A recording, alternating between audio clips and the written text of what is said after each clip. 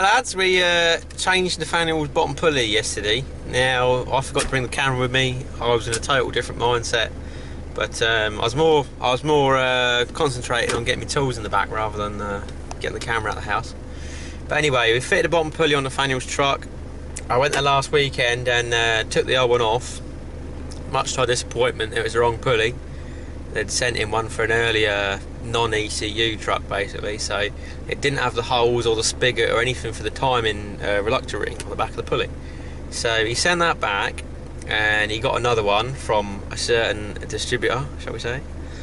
And anyway, like, opened it up, all looked good. It's got the spigot on it, it's got the tapped holes, it's got the holes for the dowels. So yeah, fitted the dowels. The dowels were a bit sloppy, so I had to dot them up with a dot punch till they're a nice snug fit and wang them in. And then I went to put the reluctor ring over the top, got the bolts out of the original pulley to go put them in the, and they don't go in.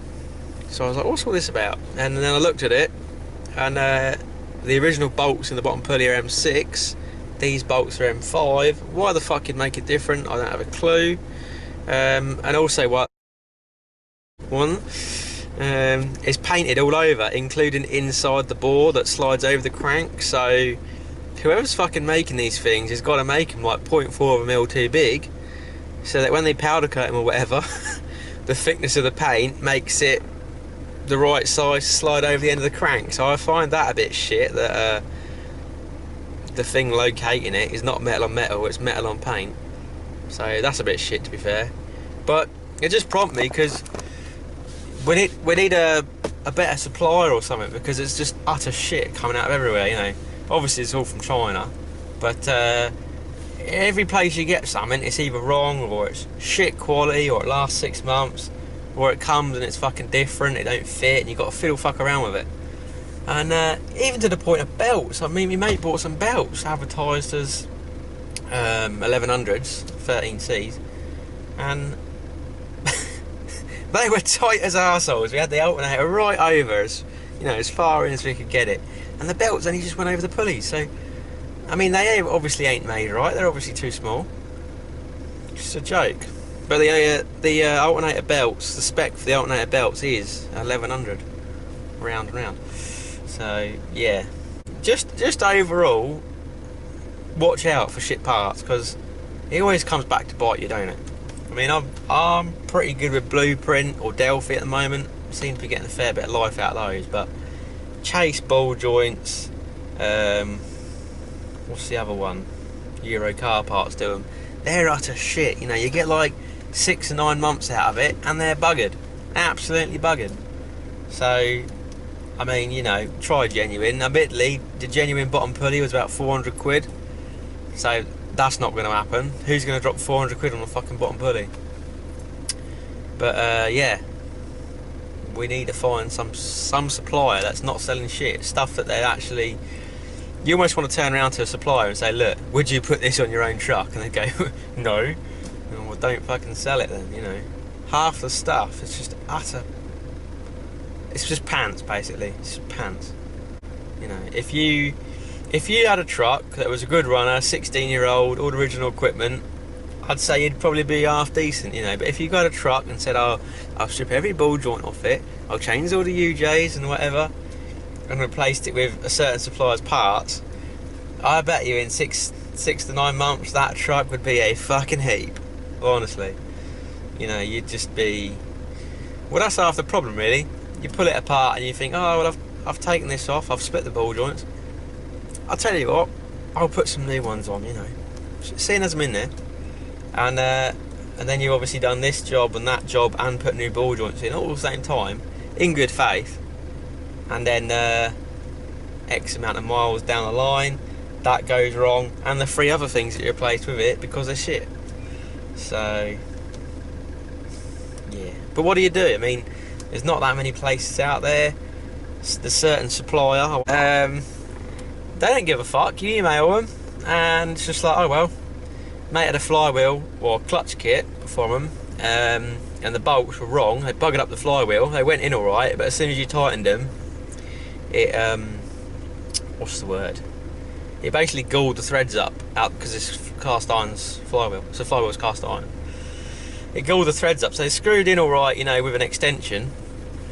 But once you tightened them up, just wrung the threads off. So it ruined his flywheel.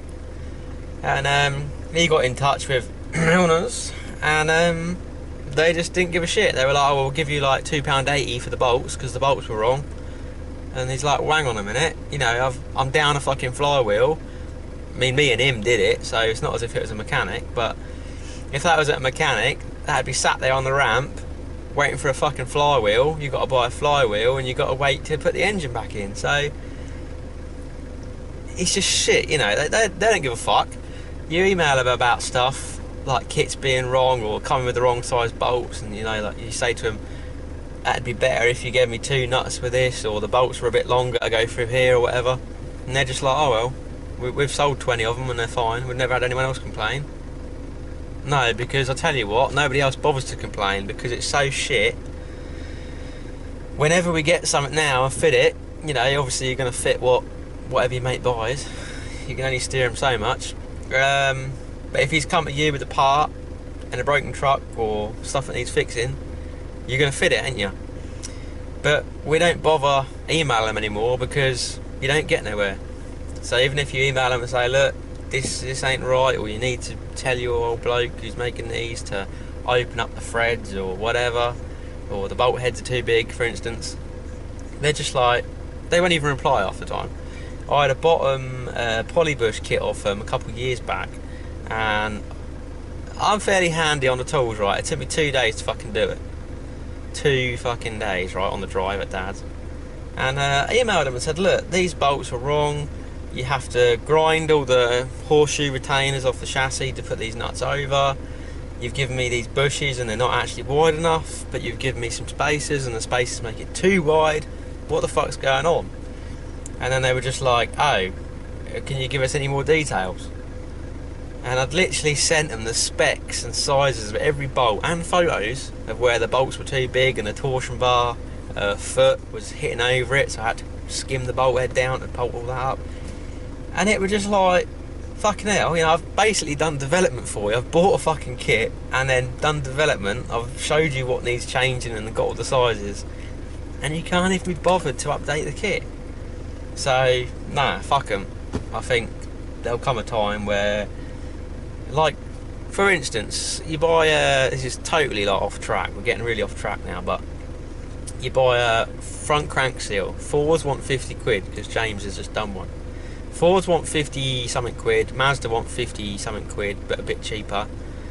And then you can obviously get one from you know who, which will probably be like, I don't know, 5 quid, 10 quid, but you just don't trust it because they sell so much shit. You don't want to go putting one of them in and then go, oh, you know what, I've got to do it again. So I think there will come a time where I will start holding stock, if you like, of just simple things like spigot bearings, rear main seal, front crank seal, little bits and pieces that, okay, I'm not going to have hundreds of pounds worth of shit sitting there doing nothing.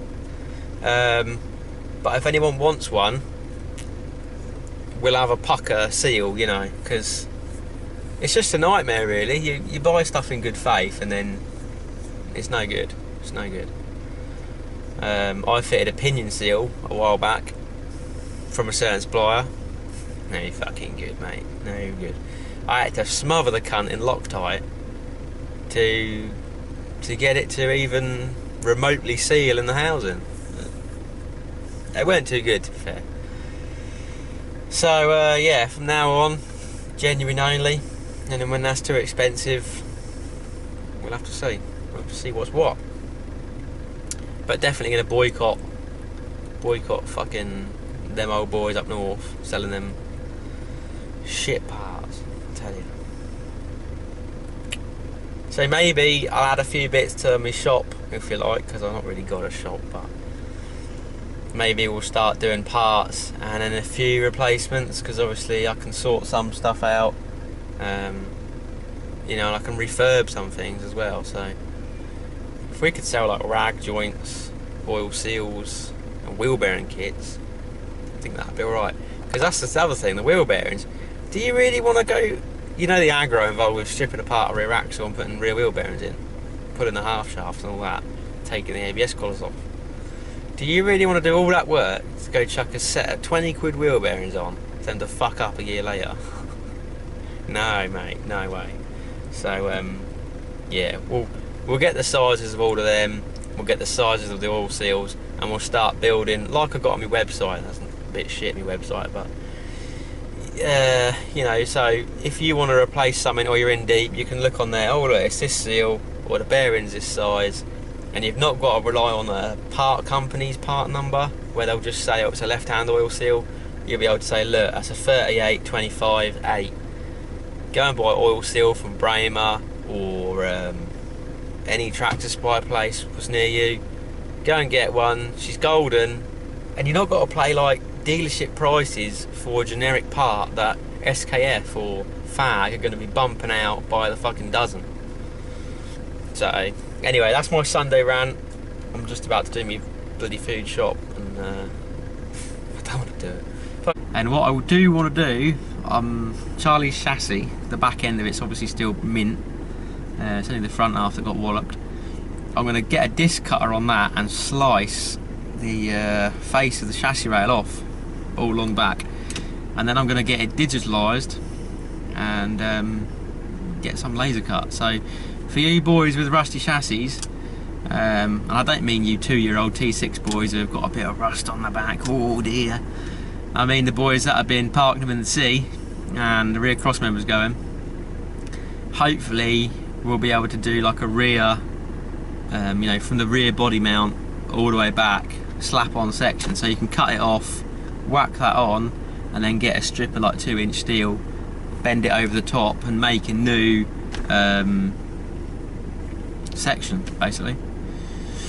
So yeah, keep these old girls alive, because as we know, the old girls, they're reliable.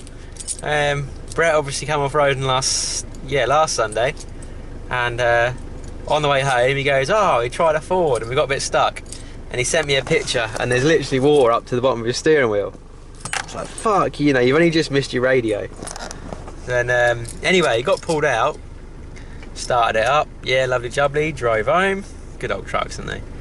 Got in it the next day to go to work, glowed it, started it, whee, first time. So yeah, X-Reg reliability, mate, they're just fucking loyal. So get yourself a Mark 1, mate. No, not too many electronics to go wrong. And can you imagine if a T6 had done that? If you'd parked a T6 up to the steering wheel in water, left it there an hour, and then tried to start it. Can you imagine what would fucking be going wrong? All that CAN bus shit, the BCM, the ECU, mate, it'd be having a flap.